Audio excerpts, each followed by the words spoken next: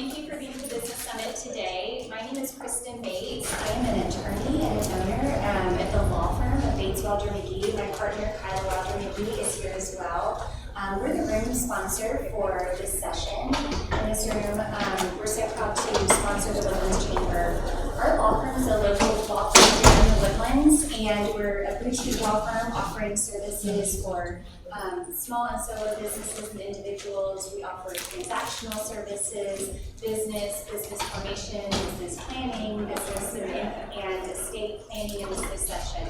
We do real estate, we do civil litigation. We also offer mediation and dispute resolution services. So happy to sponsor and partner and work with so many community partners here in the Woodlands and Montgomery County. If you'd like any more information about our firm, we have cards and information in the back. I'm also pleased to announce the speaker for this session today. The title of the session is A New Kind of Diversity, Making the Different Generations on Your Team a Competitive Advantage. And it's going to be presented by Kelly Baughman. Thank you. And she's with Beyond Next Leadership. After 25 years as an owner and director in an architecture and design firm, Kelly decided to walk away from her highly successful position and step into her calling. She launched her leadership consulting firm, Beyond Next Leadership, and her nonprofit Project Beacon, Texas, in 2020. Kelly believes that the world has a deficit of great leadership and that everyone deserves to be led well. With an unwavering belief that she must raise the level of leadership in our communities to serve others, she also has set out to build safe homes and vibrant futures for adults with autism. She's a certified speaker, coach, trainer, and facilitator from the internationally renowned Maxwell Leadership Team. She's worked with many C-suite and executive level leaders, guiding them through complex changes. Through the building and leading of a successful business transition consulting team, she worked within organizations to guide individuals and groups through change. Early in her career, she managed the merger between Exxon and Mobil, a global real estate effort that affected tens of thousands of people. Since then, Kelly has guided several organizations through notable mergers, acquisitions, relocations, and reorganizations around the globe. Her client list includes ExxonMobil, ConocoPhillips, Rice University, UTMB, the City of Houston, Wells Fargo, United Rentals, Dominion Energy, and many others. Please welcome Kelly. Thank you, Kristen.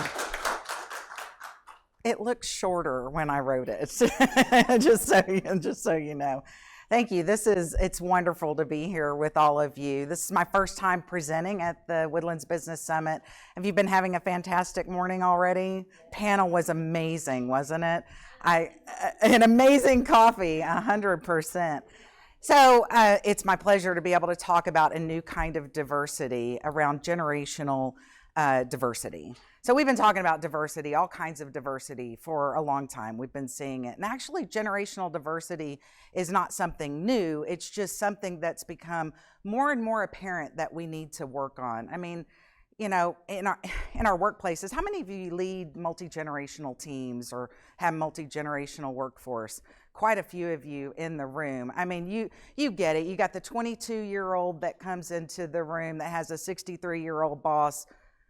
I mean, we could spend a lot of time colliding instead of collaborating with each other. And my hope for you today, as you listen to this presentation based on the book by Dr. Tim Elmore, titled by the same title. I did not make that up. It is actually his title. I just thought it was lovely, so we'll just keep it. I think you will walk away with some tools and tactics and some food for thought for how you might be able to leverage these different generations on your team and make them a competitive advantage for you. So I'm going to warm you up just a little bit. I want you to turn to one of your neighbors or, find somebody. And I want you to, for some of us, you'll go into the way, way, way back machine. And for others of you, you'll just go into a little bit way back machine. But just pair it with somebody, and for about the next 4 minutes or so, share what was cool when you were in high school.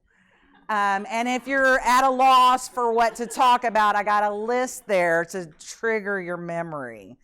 So, Parrot, go ahead, talk about it.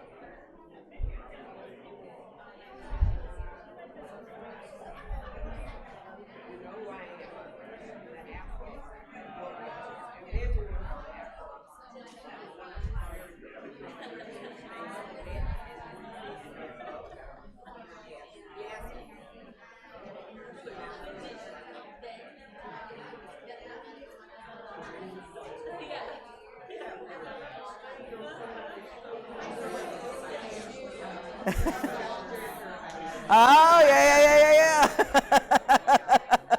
The things you remember, right? Oh, yeah.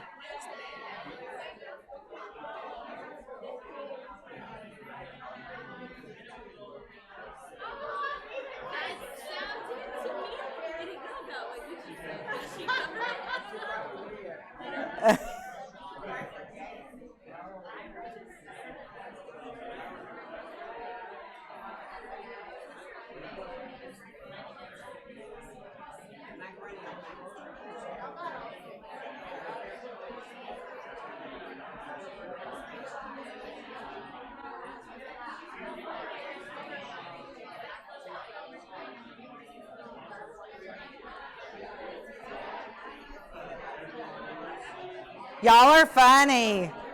I mean, the more I let you talk, the louder you get. Clap if you can hear me. Clap if you can hear me. Clap if you can hear me. Y'all don't want to quit. This is awesome. Y'all are totally bought into this topic. It's fun. The longer I let you go, the louder you got. And I was like, wow, can I be loud enough for you guys to hear me? This is a fun exercise. Anybody want to share some things that came to mind? Come on. Perms. Oh my gosh, I had a lot of those. They're back. I know. What else? Feathered hair. Oh, Farrah Fawcett. I wanted to look like her so bad, but it didn't happen. So Bonnie M was the band that was super popular, and the song was Rasputin, and we would listen to it like 5 times. Over and over and over again. Music, something that's universal, just kind of brings us together, doesn't it? What else? Saturday Night Fever. Yeah. He's reprised his role as Santa Claus on the commercials. Have you seen it? It's pretty awesome. You're like, wait a minute, when did we get old? How did that happen? It's fun to think about all the things, but when you were thinking about it, did you think also like how much it's changed? You know, yesterday I was with the Leadership Montgomery County class, and we were in a conference room, and they had on the thing, they had a screen that said 80s music, the oldies station, and I was like, what? When did that become the oldies station? That's the cool music. Y'all gotta, come on now.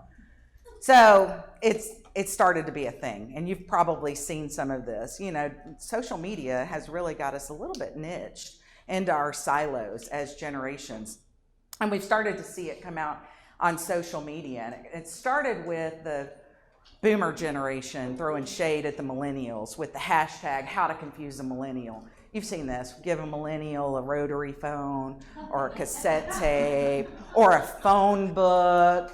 You know, I mean, they were having great fun with the millennials, but it wasn't long before the millennials struck back and you saw hashtag okay boomer saying, you know, okay dinosaur who doesn't know how to use a smartphone or turn on a computer or any of those things.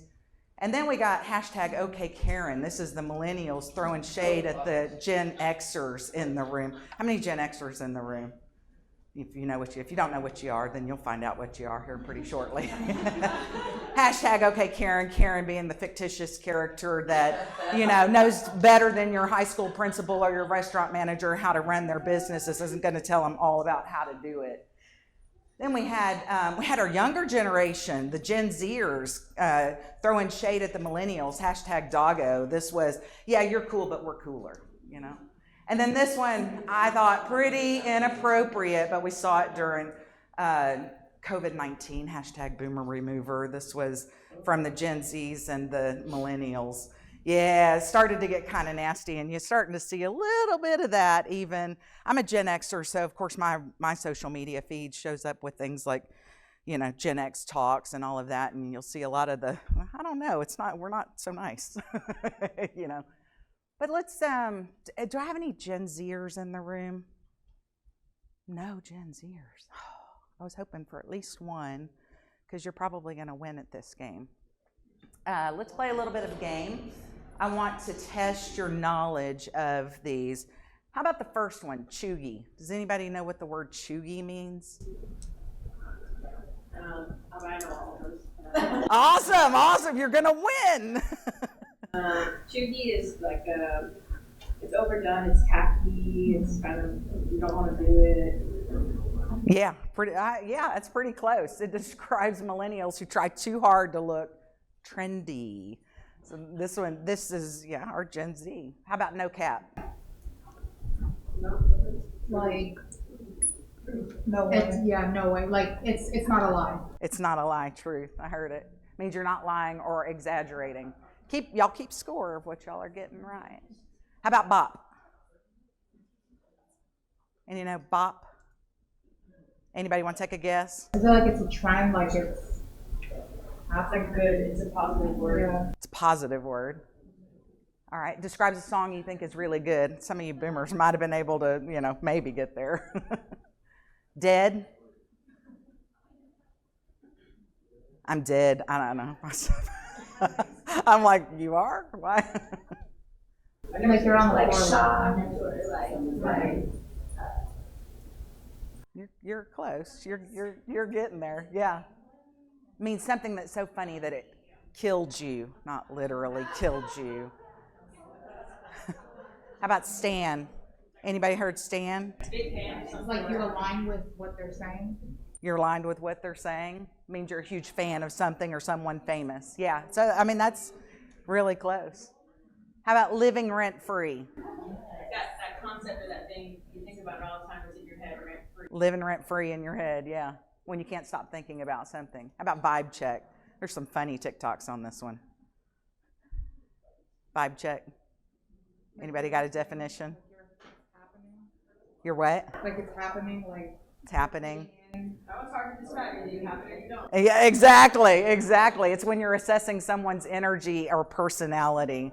So, they've got the TikTokers out there that, I'm checking their vibe, and they'll just start doing something crazy to see if the other person will feed into their energy and do that. I'm sorry, TikTok is a time sucker. It's drawn me in. How about drip? Oh, sorry, I gave you the... Okay, y'all got it. Hey, look at there, we got it. Okay, so you two ladies, I know you had a lot. Anybody else get several of these and you just were too shy to? None. All right. I'm leaving it up there. Will you pass that back to her? Do you mind handing that to the lady in the white jacket at the back? Got a copy of the book. All right, so several of you got some of those. But yeah, I didn't, before I started reading Tim's book, I didn't know any of these.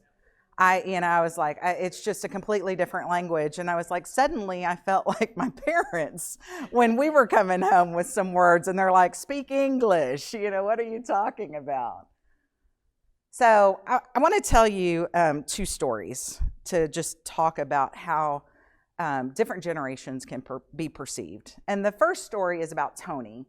This is Tony Peliseno. He's a Ohio State University college student. Tony, like most college students, got a part-time job. Unlike most college students, Tony loved his part-time job. He was working at a major brand retail paint store. And in his off time, he started getting fascinated with paint and the paint colors and, mixing them and coming up with all these different vibrant shades. And Tony, like a lot of, young college students, was on TikTok. He got 2.4 million followers and 37 million views on his TikToks. He went viral. And Tony all of a sudden thought, man, maybe I have something here. yeah, if you got, 2.4 million followers, you have something. And Tony did what he thought the executives would want him to do. He put together a PowerPoint presentation, because that's what we do. You put together the PowerPoint presentation to show the executives, how you might have something that could monetize and increase their brand and bring a different generation into their, it's a paint store. How sexy can you make paint? But Tony was making it really sexy. People were into it. And Tony, he did not get one set of eyeballs on his presentation, not one. He did get something that he did not expect. He got fired. He got a pink slip. Because the executives in the boardroom said, this is unnecessary. This is not what we do. He's probably, taking company product. He's probably annoying the customers. He's probably doing it on company time. They didn't get anything out of the value that Tony could have brought to the table. Today, Tony lives in Southwest Florida. I think he's like 24 years old now. He owns his own paint store. And guess what? He has a whole lot more than 2.4 million followers, wildly successful. Let me tell you about Laura. Laura is a chief human resources officer that Dr. Tim Elmore, met at a human resources conference. And Tim found her in a group of other HR hiring managers, and they were just kind of bemoaning the fact that they were just so tired. And he said, well, what's going on? And they said, well, we've just been, doing rounds and rounds of interviews with the newest generation, these young college students coming, to us for their first jobs. And she said, they're just so unready. They're just so unready. And she relayed the story to Tim of a couple, and these are true stories. This is what she was dealing with. She relayed a couple of stories. One was a young man that she was touring around the office. They'd been through several rounds of interviews, as they often do. She was getting ready to make this young man a job offer. She's doing the 50-cent tour around the office, and he says, so I'm going to need a lot of free time. And she said, okay, well, we work, 40 hours a week here. And he said, well, okay, but when is spring break? And she said, well, we don't do spring break. And she said, no, we really do. We work from, 8 hours a day all week long. And he said, I just don't think that's going to work for me. I'm really not an 8-hour a week kind of guy. Laura, was polite, didn't say what she was thinking. Like, if you like to live indoors and eat, you might want to think about working the schedule that's set for you. And so, she also relayed another story where she had a young woman that she was getting ready to offer a job to, another Gen Zer. And she gave her the job offer, and the young lady pushed the offer back across the table, and she said, thank you very much. But now my parents need to interview you to make sure you are a suitable boss for me. And these are true stories. Exactly. It makes you go, what? On what universe? She also tells a really funny story where she was excused from her own office by a young lady who was in the middle of an interview who got a phone call from another position that the young lady asked her to please excuse herself out of her office during the interview. These are extremes, but I think we can agree on one thing. Neither generation benefited from the other. The older generation did not benefit from what Tony was doing, and the younger generation did not benefit from Laura's expertise and being able to be ready for the workplace. So I think we can all agree that probably there is a widening gap between the veterans and the rookies. We have 5 different sociological generations in our workplace today, and I'll talk more about those 5 in a minute. It's not new. This is Socrates. Oh, sorry, let me go back. Children now love luxury. They have bad manners, contempt for authority. They disrespect their elder. Children are now tyrants. I felt that way sometimes as a parent. So it's not new. It's not something that we've been dealing with. It's just that it's a thing. It's become more of a thing than it ever has been. We've been talking about it for 20 years or more. You know, when I was a young leader in the workplace and the millennials were coming up right behind me, I kept thinking, oh, they're going to get with the program sooner or later because, you know, I had to get with the program. They'll get with the program. But the reality is that that's not what's happening. A MarketWatch survey report said that more than half of respondents said that they're unlikely to get along with a colleague from a different generation. That's on both sides, young and older. You know, so more than half. That's a lot. This morning, how many of you subscribe to the Houston Business Journal? If you saw the playbook this morning, there was an article that said there's a generation, or there's who's coming back to the workforce, you know, the different generation. So those that are older than 55 and up are coming back to the workplace. You know, inflation has caused their savings to go faster than they wanted it to go, and all of those things. So lots of reasons why, but over 60% of hiring managers said they would rather hire the older generation than the younger generation. And that's, you know, we can all kind of understand why, but we're not going to be here forever. So we really do need to know how to pour into our younger generation and be open to them.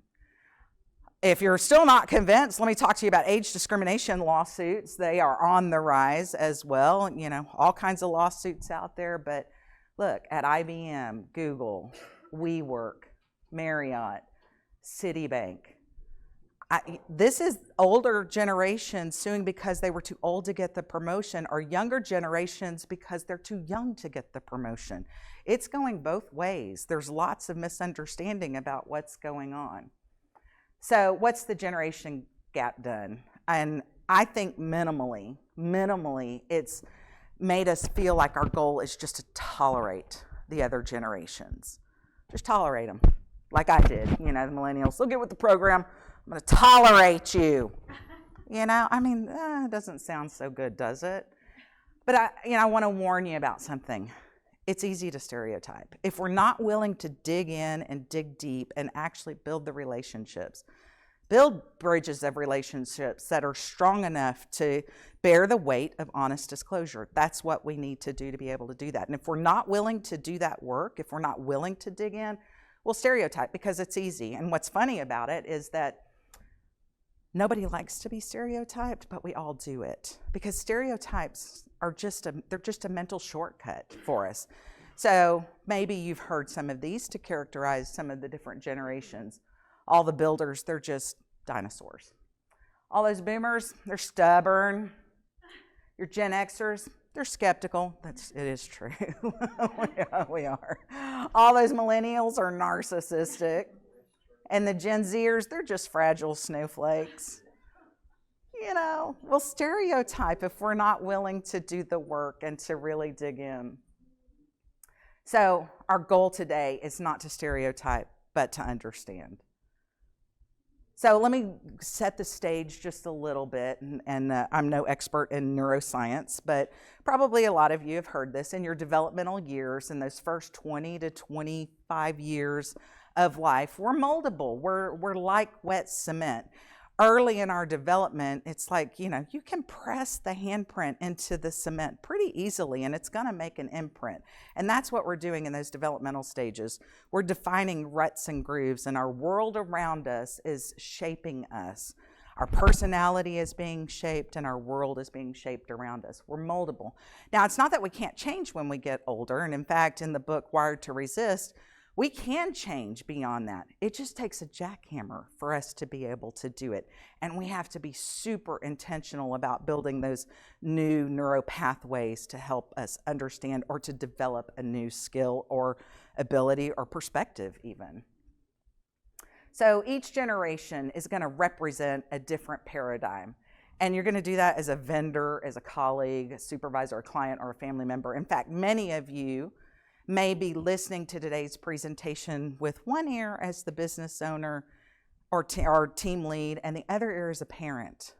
Like, where does this apply? Or maybe you're a baseball coach, or maybe you do, you know, things in your church or within your community and you get great exposure to different generations. You're probably listening for all of that.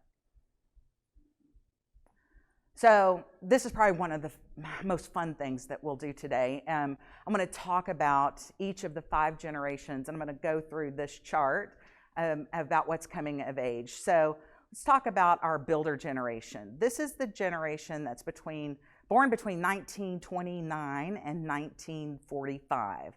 Followed by our builders were our boomers. This is also known as the pig and a python generation, 1946 to 1964. Our busters, Gen Xers, 1965, 1982, followed by our millennials from 1983 to 2000, and our Gen Z or Homelander generation, 2001 to 2015. So if you didn't know which generation you were, and I was calling out names, maybe now you know which generation you belong to. Just out of curiosity, since we didn't have any Generation Z, do we have any millennials in the room? Ooh, lots of millennials, I love it. Gen Xers. Lots of Gen Xers in the room. Do we have any boomers in the room? Got a couple of boomers in the room. All right. Any builders? This is fun because we do have, I had one organization that I was doing this with, and we had a builder in the room, and it was so cool because he came in, he's still involved, and he doesn't hold one of the leadership positions anymore. That was his role for a long, long time. Now he comes in and does things like he just cuts the grass, and he still serves the organization. So we still have our builders out and around. Tim, in his work, he's done a lot of work. So the other thing I'm going to tell you is that a lot of the references that I'll use today are very U.S.-centric. So if you are from a different country or originate or lived in a different country for a long, long time, you'll notice that a lot of my references will be very U.S.-centric. But that doesn't mean that these generations aren't very closely matched in other countries. In fact, in other third world developing countries, you will start to see maybe some different reasons why it's impacted, but the generational differences are often quite the same, and the life paradigm is often quite the same. So let's look at the builders. The builder's life paradigm is be grateful you have a job. Any guesses as to why that would be the life paradigm of a builder generation? Depression. Yep, I knew this room would get it.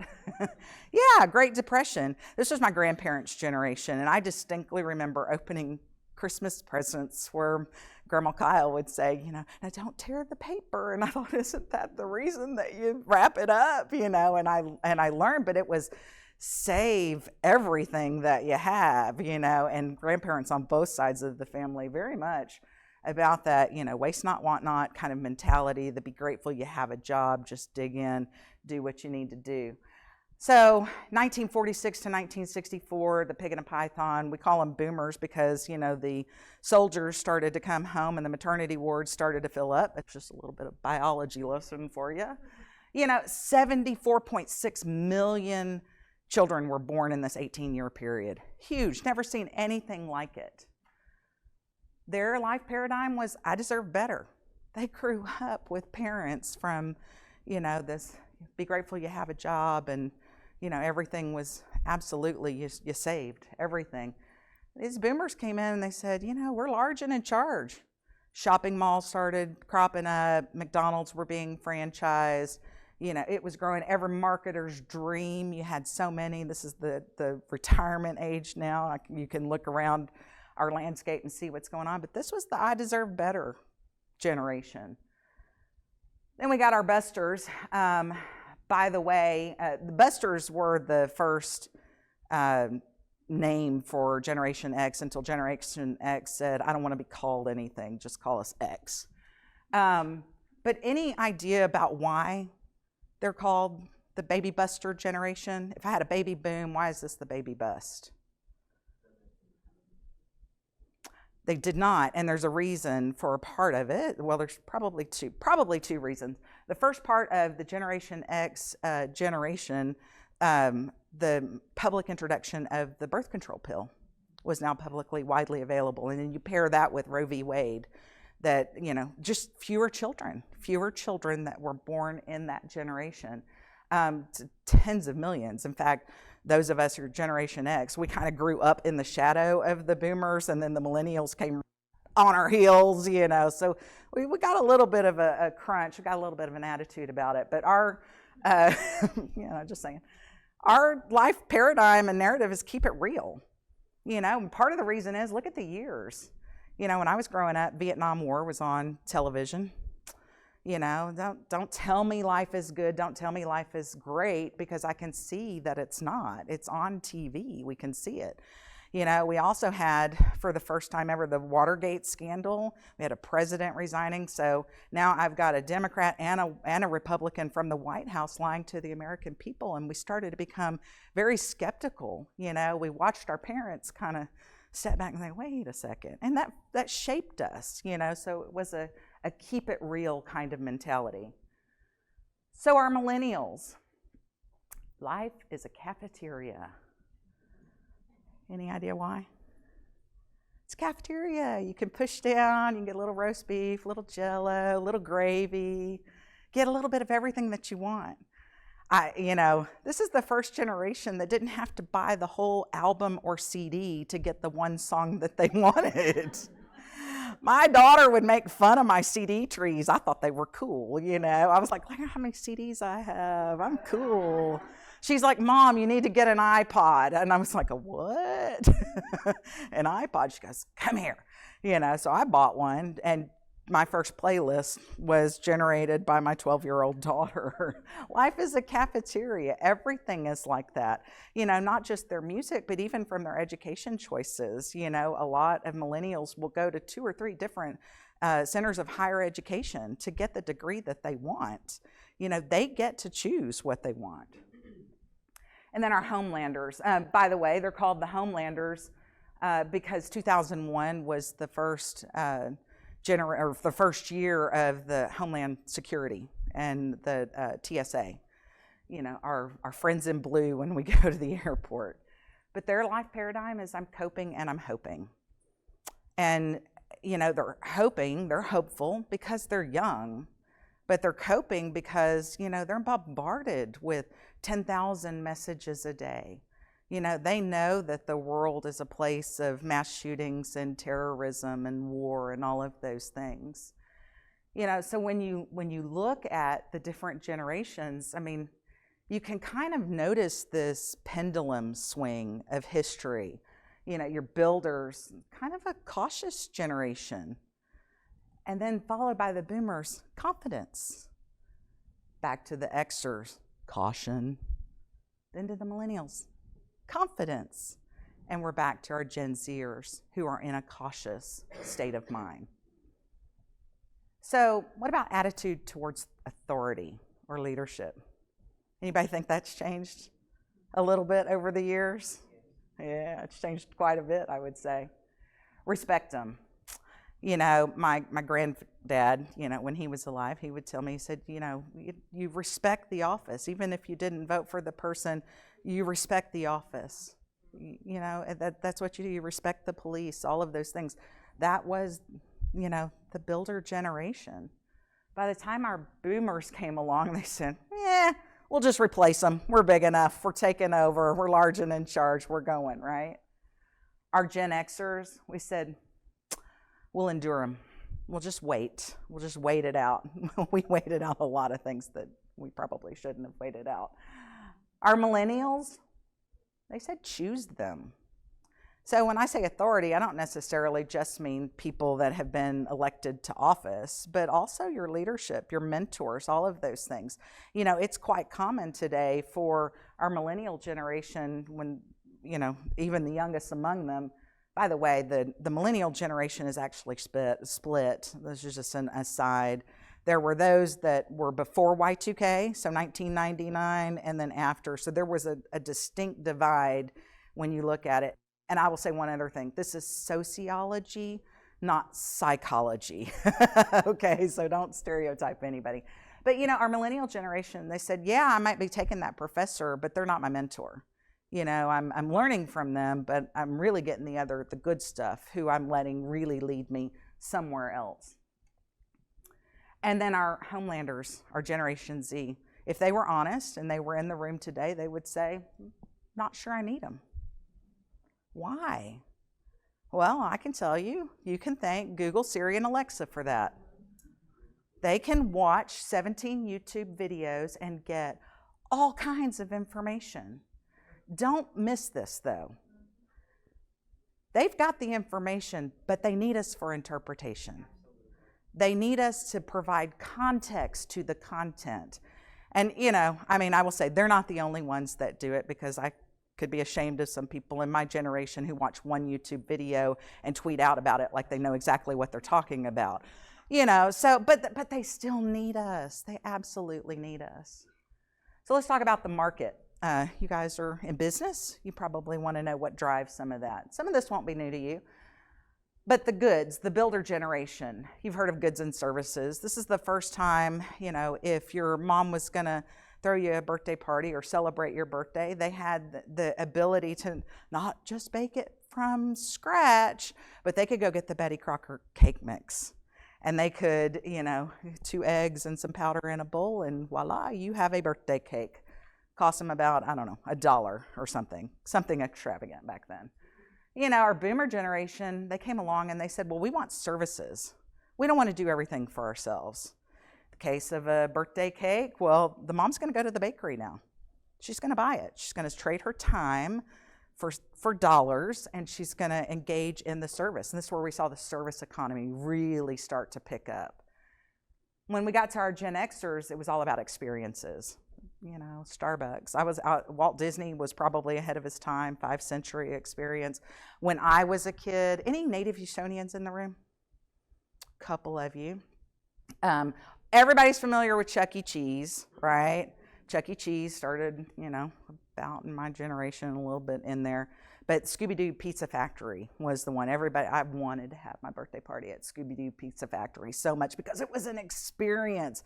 It was so much fun. So no longer did it cost, $2 and maybe $15. Now it's like $102 for a birthday experience.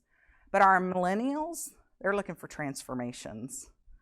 This is when you started to see all of the TV shows even over this, My Sweet 16, all of the things that were going to be that rite of passage, that were going to make you something else. It was going to transform you into a different life. And our homelanders, well, they just consume and create. This is the generation that, they are all in. They are, Verbo, Uber. Anybody heard of Turo? Turo, yeah, rent somebody else's car out of them. These guys, they're like, okay, I just assume put as much of my content out there, to create it as I am to consume other people's content. So I saw a lot of you had your things up to get a picture of this. So let me ask you, do you feel the disconnect?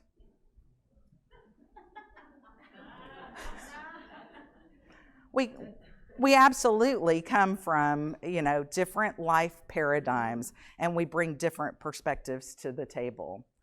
So Dr. Elmore teaches habitudes. It's images that form leadership habits and attitudes, and he is focused primarily on the emerging generation. And I want to share at least one of those with you today that can help you as you go back. And it's called A Bridge, Not a Wall. When I look at this picture, I get a little bit terrified because that bridge looks super scary to me.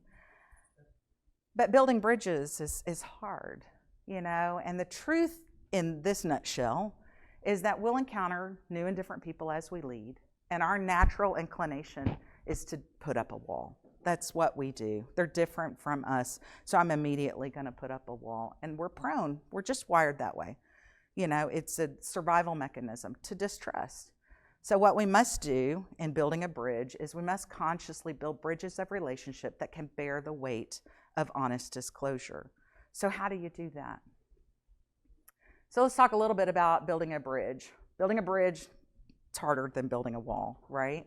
It takes longer than building a wall. I can build a wall pretty quick. And it's more expensive than building a wall. All right, so the bottom line. We naturally connect with people who are similar to us, and we tend to like those who are like us. We tend to prejudge those who are unlike us. This is super true. We do. We see people and you immediately make a decision about whether or not that person is someone I want to get to know. We see them and we just automatically prejudge what we think is true about them. And we tend to withdraw from those who are different. And if you're in a position of leadership, that's probably not a good way to be, to withdraw from them, to hide because you don't really understand them. So how would you build a bridge with the various generations in your circle of influence? And if I had to say one thing, I'm going to tell you the next slide to me is probably the money slide. I got a couple slides after it, but if you're taking notes at all, or if you want to take a picture of this when we get done, this is the one. If I was going to go sit down with you over a cup of coffee and tell you what strategies would you use, these are the ones I would tell you to use.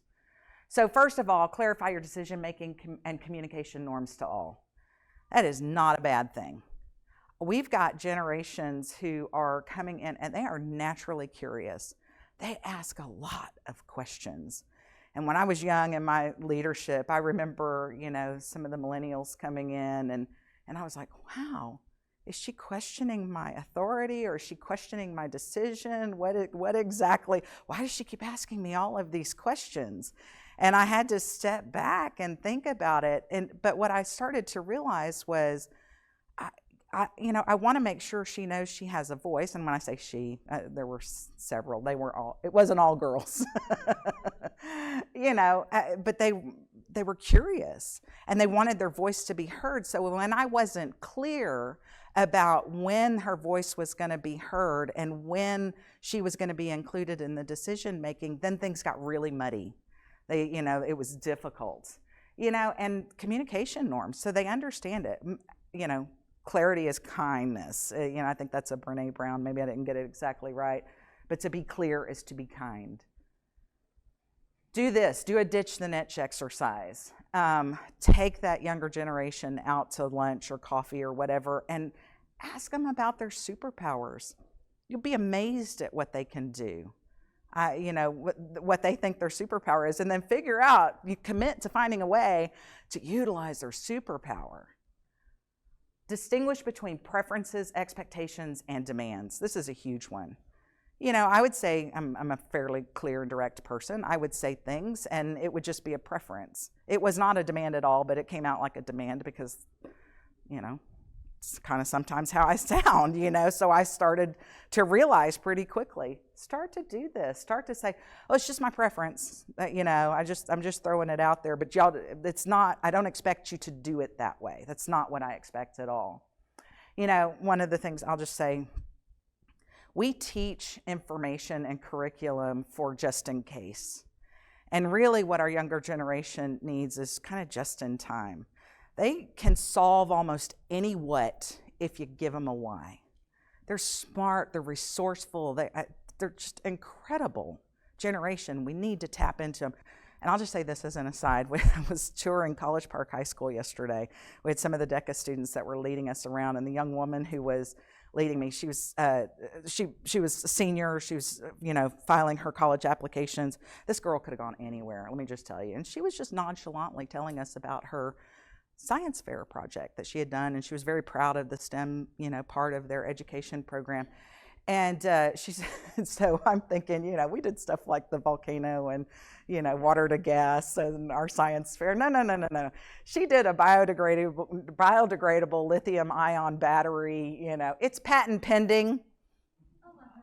She's not even out of high school. She's incredible. And I thought, okay, I just need to go home. This is incredible. So match those modern elders and the young geniuses on the task teams. Put them together, help them out, give them ways to be able to work together, open their mindsets, and then invite all the generations to have a voice in organizational messaging. Make sure you're hitting them all because we hear things differently. Make sure, I think that was the last one, pretty sure. Oh, no, sorry. Just kidding. One more. Reverse mentoring groups. Now, this is a Jack Welch oldie. He did this at GE. It was brilliant. Probably a lot of you do this already as part of your organizational onboarding and that sort of thing. but do the reverse mentoring. Get the younger generations with the older generations and make them mentor each other from their point. So, okay, so just to wrap it all up, we don't all see things in the same way. In fact, we're kind of stuck with some lenses, you know, that come with us and they're attached to us, and we don't have the benefit of this. So let me come back. I'm going to give you 10 seconds to look at the next photo.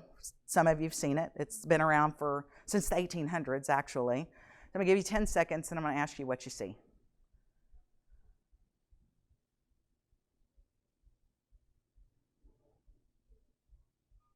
All right, what'd you see? Old woman?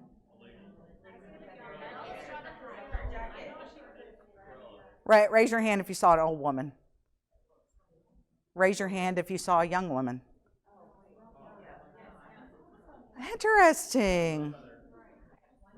Interesting. It just depends on who's in the room. So young woman, this is the young woman's chin right here. You see it? All right, so old woman, this is the old woman's chin. You see it?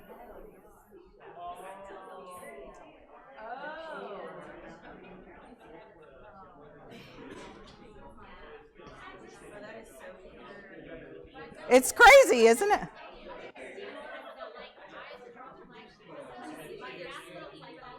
There are some psychology aspects to it. Yeah. So, what does this tell us? What does it show us about facts? Yeah.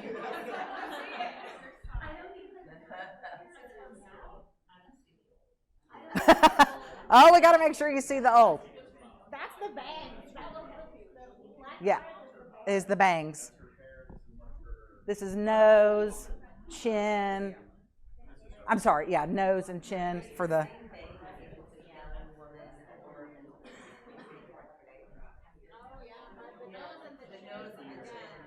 Y'all got it? All right. Sometimes it's hard to see. It's hard to see sometimes, right? See the other perspective. So what does it tell us? Well, nothing is black and white, even though it might appear to be so at first glance. You saw something. You were pretty sure about what you saw in the first 10 seconds, right? People can view the same image or situation and see different things. We were about half and half in this room. There's more than one point of view or reality for any situation or conversation.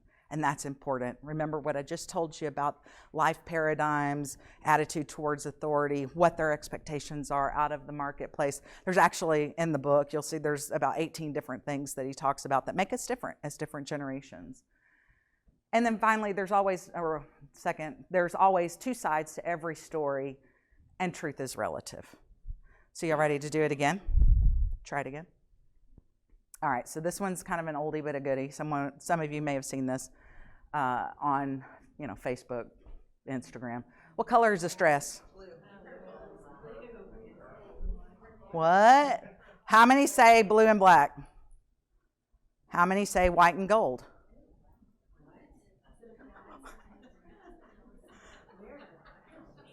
It is.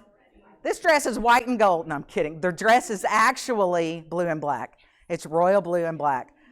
I only see white and gold. I have tried this many times. I always see white and gold. The white is this, and the gold is the trim. But you don't see it as white and gold, do you? Yeah, you can't see it that way. So what does that tell us about, facts and truth? It's the same thing. Truth is relative. But there's one more thing. A person's perspective is their reality. I can't make you see that dress as white and gold if you don't already see it as white and gold. You will only see it as royal blue and black. So it really does depend on your perspective about that reality. So be open to that. Be open to understanding that maybe sometimes, even when it seems so clear, and I can see their light now, and which is I knew this was going to happen. So, all right, one more. You might have to be quiet. I'm not sure how loud this is going to be, but this is what you hear. Okay, so listen really closely to hear if you hear Yanni or Laurel.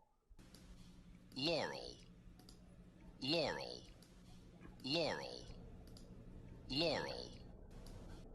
What'd you hear? Wait, Yanni? Laurel? I heard Laurel. Same thing, guys. Isn't that crazy? It's crazy. We all listen to the same thing. It's interesting. This room, though, the majority of you were Yanni. Usually it's split when I do this, a little experiment. So just in closing, let me just say this. Listen, when we have generations that go through hard times, they produce strong generations. Where are we at right now? We're in hard. Would you characterize it as hard times? It's pretty tough. We got wars around the world, inflation. We've got unstable economies. These hard times are going to produce a strong generation that's going to produce good times. That unfortunately could lead to a weak generation, but it's a cycle. So my challenge to you is, let's pour into these younger generations. Let's make sure that we are ensuring a strong generation, okay? Thank you guys so much for choosing this. Much appreciated. Thank you.